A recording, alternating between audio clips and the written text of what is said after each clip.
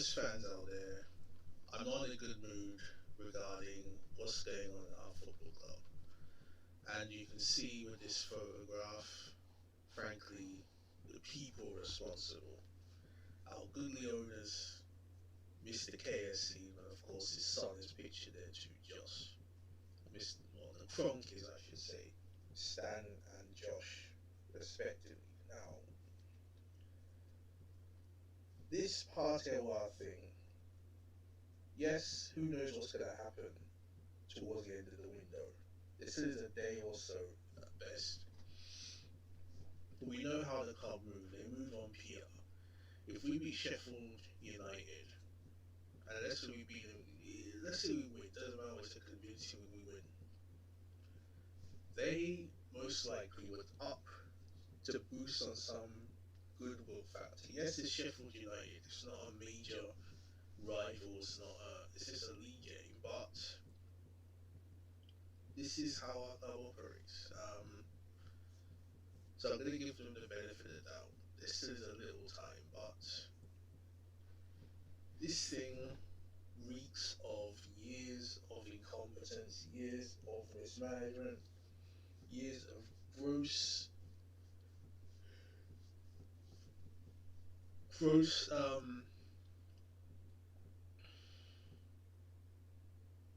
wrecking of Arsenal Football Club. The Arsenal Football Club. Simple as that.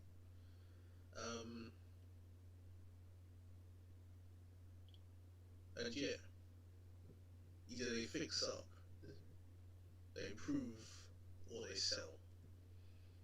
The latter is unlikely, let's be frank. So it has to be the four. Yes, okay. If I were to articulate what I believe the issue is, it's this.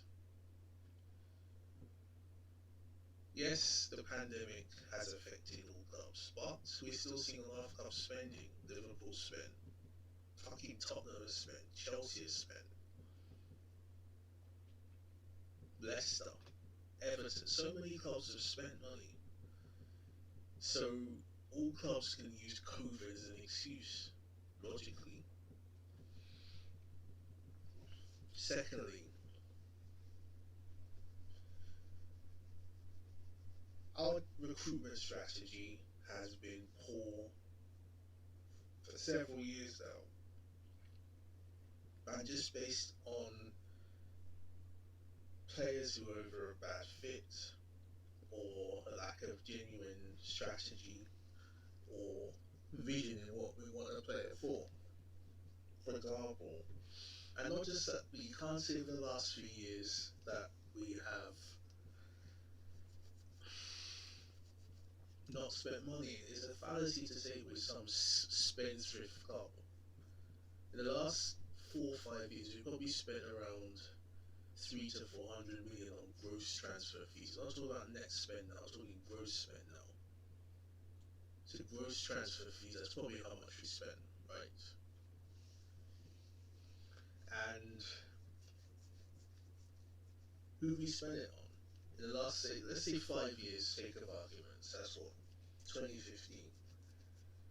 Petr Cech for me was an average player. Yes, first season he won the Golden Glove, but since then was weak.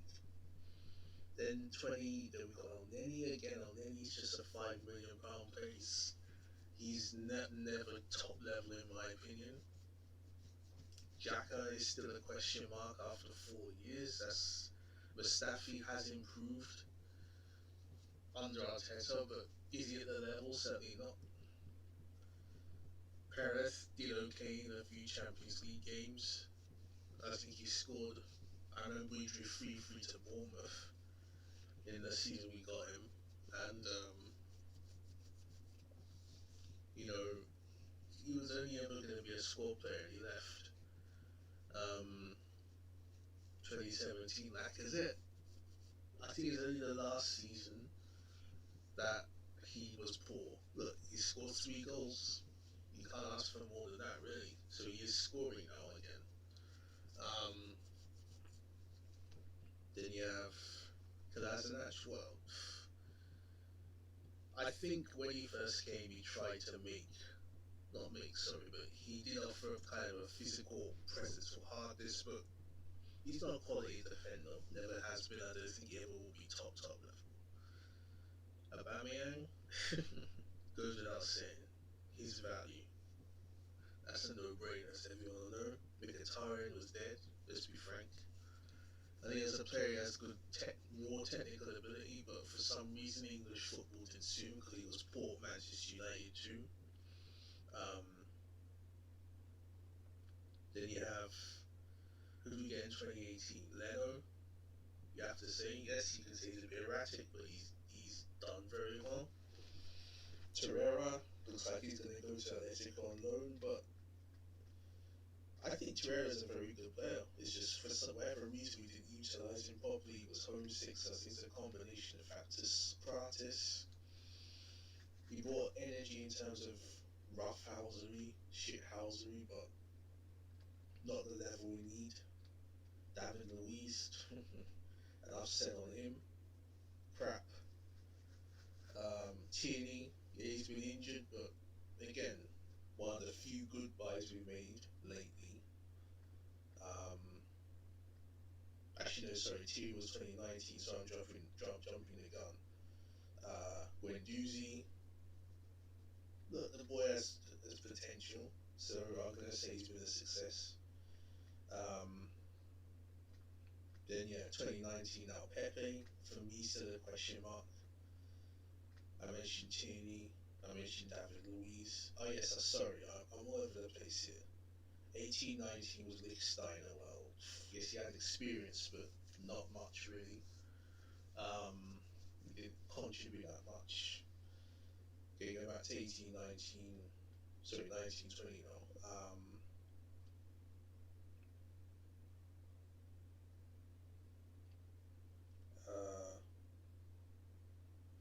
Gabby Martinelli, well, yeah, I think he can be world class if he can sustain himself. I don't, he's not now, of course, but if he maintains that level, also he signed in 1920. Ceballos, for me, question mark. I can see the qualities he has, but he hasn't performed anywhere consistently, as he should. And then also they signed 18-19. I think that's it. As I mentioned Luis, mentioned Tierney. Then in January we got Pablo Mari again. You can't really judge him. He hasn't had much of an impact really. Cedric Suarez, I think as a squad player, he's okay. On the few appearances I've seen him, he hasn't really he's been average at very best. And then this close season, Gabriel, done okay. Looks like what we need. Runarsson is just going to be a backup keeper, and Willian. I didn't want Willian on the basis that he was just another Chelsea has-been, but I think he's a good player, but we'll have to see. And again, we go back to literally the present day, and for me, this thing is a lack of oversight, lack of ambition by the owners. It seems to me they're just content with not putting any ambition, no oversight, nothing like that. So we're seeing years and years and years of culmination, and the executives that they put in charge continually do crap.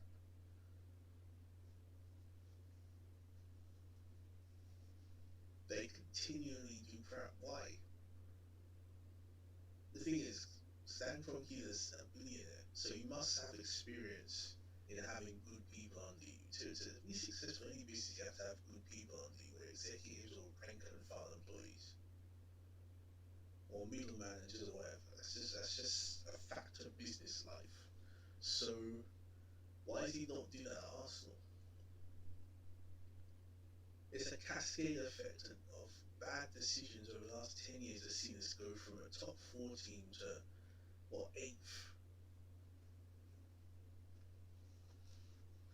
And a club that makes so many bad decisions that, okay, look, no organization, no owner's perfect, but let's say even half of the negative business decisions we've made over the past, or footballing decisions we made over the past decade. Let's say we turn half of those negatives into positives. We generally would be challenging for a title, maybe even have won a title.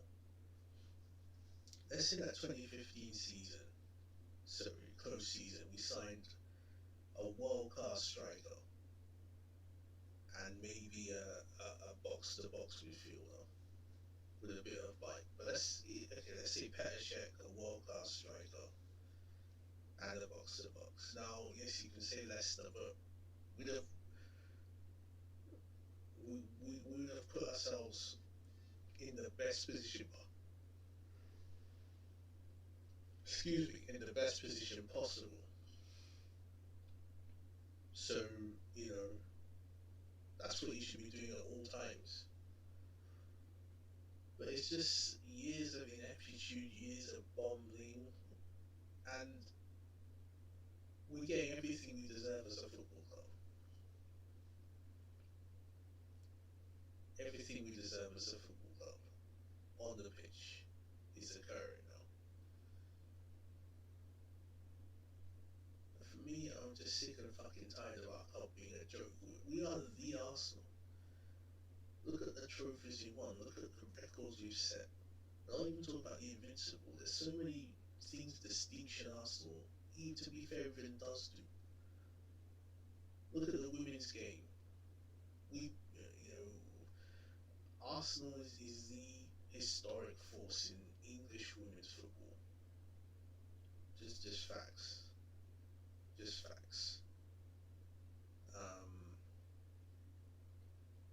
There's a reason Alex Scott is a top pundit now, because she had a big career at Arsenal and achieved immensely at Arsenal. Facts.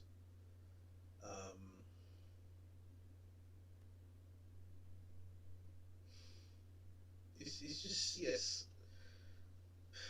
things could happen between now and the end of the window. We're recording this on Sunday morning, so anything or things can happen. I fully accept that. I'm just a fan, so I don't know what's seen and what's going on. I can't say either way, but I don't know. I honestly don't know.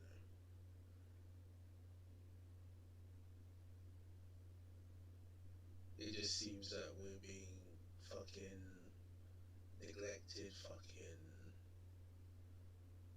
I don't know. But I would say one thing, and I'm gonna end this pretty soon. Actually, I've just seen the chat. Hello, everybody.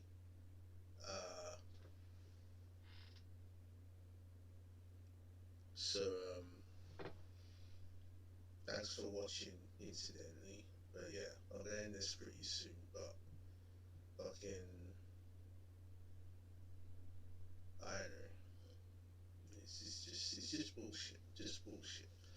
If we don't sign anybody, who knows? Maybe our good owners will surprise us and actually get both of these players. But also, I want to touch on Jorginho. I've seen the message on the echo yet. Well, my apologies for that. There's something wrong with my microphone, so my apologies. That doesn't sound good, but my apologies. The thing with Jorginho is that Jorginho is like another Xhaka. I don't think he's a shit player, but is he what we need? Not really. I'm really seeing Oscar. I never rated him at Chelsea, and they just went to fucking China for the money. Another Brazilian, incidentally. I don't know.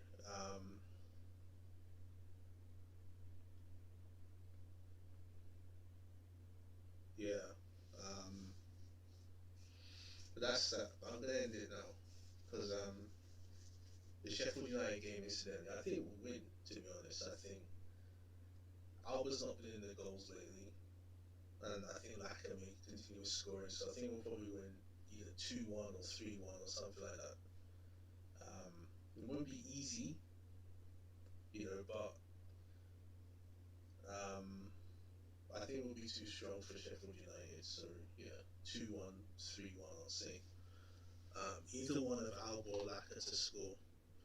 So yeah, thanks a lot everybody, and yeah, we'll see what happens tomorrow in the game, which I do think we'll win, but like the transfer window, well, we'll see what happens. But yeah, thanks a lot.